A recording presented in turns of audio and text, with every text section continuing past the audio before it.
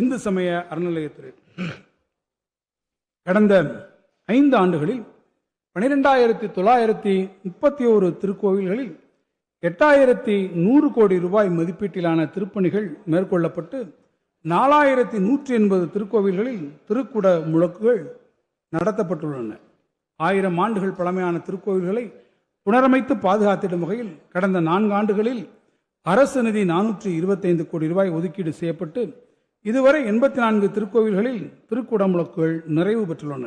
மேலும் ஒருங்கிணைந்த பெருந்திட்ட வரைவின் கீழ் மாஸ்டர் பிளான் திருச்செந்தூர், சமயபுரம், பழனி உள்ளிட்ட 19 முக்கிய திருக்கோவில்களில் 1,770 கோடி ரூபாய் மதிப்பீட்டில் திருப்பணிகள் மற்றும் அடிப்படை வசதிகள் நடைபெற்று வருகின்றன.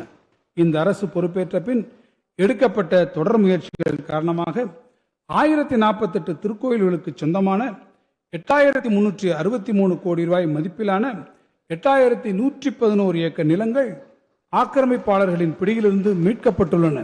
இந்த அரசு பொறுப்பேற்ற பின் நவீன நில அளவை கருவிகளின் மூலம் 2,34,715 ஏக்கர் திருக்கோவில் நிலங்கள் அளவீடு செய்யப்பட்டு திருக்கோவில் சொத்துக்கள் பாதுகாக்கப்பட்டுள்ளன. போதிய நிதி வசதி இல்லாத 19,000 திருக்கோவில்களுக்கு வைப்பு நிதி ஏற்படுத்தப்பட்டு குருகால பூஜைகள் நடைபெற்று வருகின்றன. இதுவரை இத்திட்டத்திற்கு 335 கோடி ரூபாய் அரசு நிதியாக வழங்கப்பட்டுள்ளது.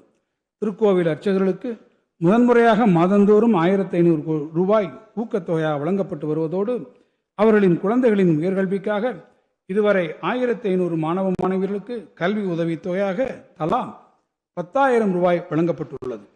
திருக்கோவில் அர்ச்சகர்கள் மற்றும் பணியாளர்களுக்கான மாதாந்திர ஓய்வூதியம் 5,000 ரூபாயாகவும் மாதாந்திர குடும்ப ஓய்வூதியம் 2,500 ரூபாயாகவும் உயர்த்தி வழங்கப்படுவதுடன் ஓய்வூதியதாரர்கள் மற்றும் குடும்ப ஓய்வூதியதாரர்களுக்கு குடும்ப நல நிதி 4 லட்சம் ரூபாயாக உயர்த்தப்பட்டு உள்ளது. தஞ்சை மாவட்டம் கும்பகோணம் துக்காட்சி அருள்மிகு ஆபத்சகாயேஸ்வரர் திருக்கோயிலுக்கு மரபு சார்ந்த கட்டடக்கலையினை பாதுகாக்கும் பொருட்டு நவீன அறிவியல் உதவியுடன் பழமை மாறாமல் திருக்கோயிலை புனரமைத்ததற்காக கலாச்சாரிய பாரம்பரிய யுனெஸ்கோ ஏசியா பசிபிக் விருது அறிவிக்கப்பட்டுள்ளது. தெரிந்து கொள்ள கீழ்கண்ட கேபிள் மற்றும் டிடிஹெச் நெட்வொர்க்குகளில் எம்நாடு செய்தி தொலைக்காட்சியை காணுங்கள். பாதகம் செய்பவரை கண்டால் நாம் பயம் கொள்ளலாகாது பாப்பா. மோதி மிதித்து விடு பாப்பா, அவர் முகத்தில் உமிழ்ந்து விடு பாப்பா. அண்மை செய்திகளை உடனுக்குடன் தெரிந்து கொள்ள இணைந்திருங்கள் எம்நாடு தொலைக்காட்சியுடன்.